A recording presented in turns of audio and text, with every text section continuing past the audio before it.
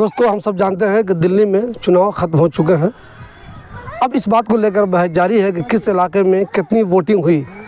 एक तरफ जहां ये बताया जा रहा है कि मटिया महल में सबसे ज़्यादा 67.2 वोटिंग हुई, वहीं मुस्लिम डोमिनेटेड एरिया के बारे में कहा जाता है कि ओखला जहां बहुत ज़्यादा मुसलमान रहते हैं, बल्कि सबके सब मुसलमान रहते हैं, वहां सिर्फ 51% वोटिंग हुई।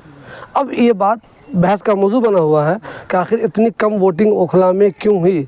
मुसलमानों के बारे में कहा जाता है कि मुसलमान बीजेपी को वोट नहीं करते। ऐसा नहीं है कि पूरी तरह से मुसलमान बीजेपी को वोट नहीं करते। कुछ मुसलमान हैं गिने चुने जो बीजेपी को वोट करते हैं, लेकिन ये एक फैक्ट है, ये एक हकीकत है, सबको मानना होगा कि मुसलमान वाकई में बीजेपी को वोट नहीं करते। तो ये मौका ऐसा था मुसलमानों के लिए, वो पूरी तरह से एकजुट होकर मोदी के ख़िलाफ़ वोट करते, यानी कि बीजेपी का जो भी कैंडिडेट था उसके ख़िलाफ़ वोट करते। लेकिन जब ये बात तय थी, ऐसा तय था, तो फिर ओखला के मुसलमानों ने पूरी तरह से कुलदीप कुमार के फेवर में वोटिंग क्यों नहीं की। सिर्फ 51% लोगों ने वोटिंग क्यों की, इसकी बहुत सारी वजह कुछ लोग बता रहे हैं। कुछ लोग बता रहे हैं गर्मी बहुत ज़्यादा थी इसलिए वोटिंग नहीं हुई।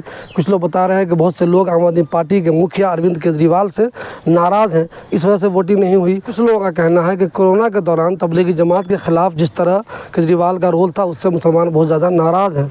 कुछ लोगों का ये भी कहना है कि जब दिल्ली में दंगा हुआ था उस वक्त केजरीवाल का जो रोल था उससे भी मुसलमान बहुत नाराज़ है।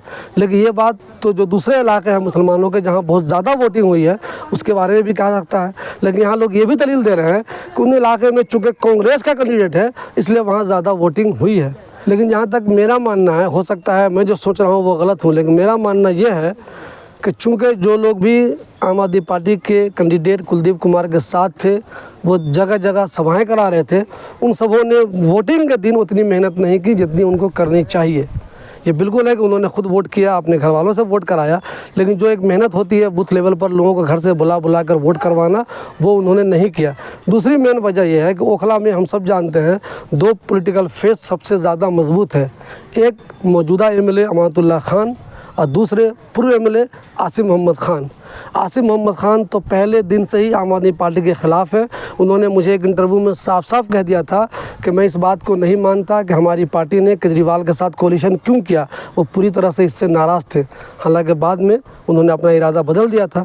उसके बाद से जब उन्होंने कैंपेन करना शुरू किया तो एक दिन भी, not even a single day, मैंने उनको कहीं पर देखा है कि उन्होंने कुलदीप कुमार के फेवर में कुछ बोला हो या कुलदीप कुमार के फेवर में कहीं कोई रैली की हो, कहीं कोई संबोधन किया हो। वो पूरी तरह से जयप्रकाश अग्रवाल के लिए काम कर रहे थे।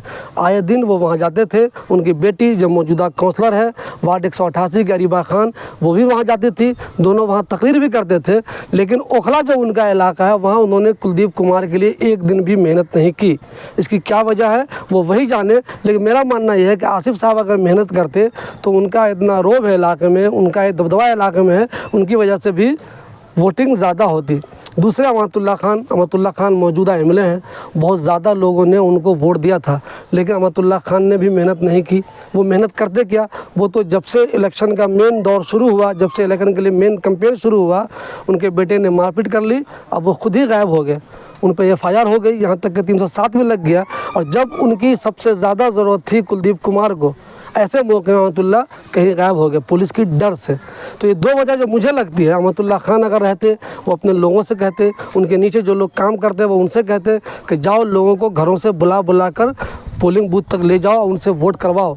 लेकिन चूँकि अमानतुल्लाह खान खुद ही मौजूद नहीं थे तो उनके नीचे जो लोग काम करते हैं उनकी जितनी हैसियत थी उन्होंने अपनी हैसियत के हिसाब से काम किया होगा, मगर वो इसमें कामयाब नहीं हुए कि ओखला के लोगों को उनके घरों से निकाल कर पोलिंग बूथ तक ले जाएँ।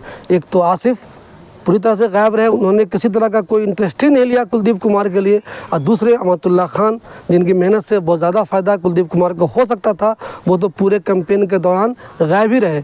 एक दो जगह वो कहीं नज़र भी आए, लेकिन कुल मिलाकर देखा जाए तो वो पूरी तरह से गायब रहे। मैंने ओखला के कई लोगों की राय जानने की कोशिश की है और उनसे पूछा है कि आखिर आप ही बताइए कि मुसलमानों के दूसरे इलाके में बहुत ज़्यादा वोटिंग हुई तो ओखला में इतनी कम वोटिंग क्यों हुई।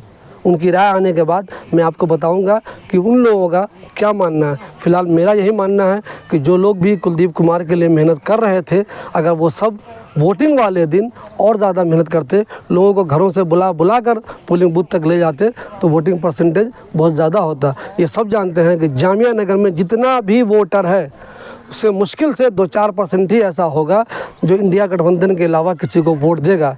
यानी कि अगर इन लोगों को घर से बुलाकर पोलिंग बूथ तक ले जाया जाता तो 100% वोट जितना का जितना था सब कुलदीप कुमार को ही जाता, मगर ऐसी कोशिश नहीं हुई।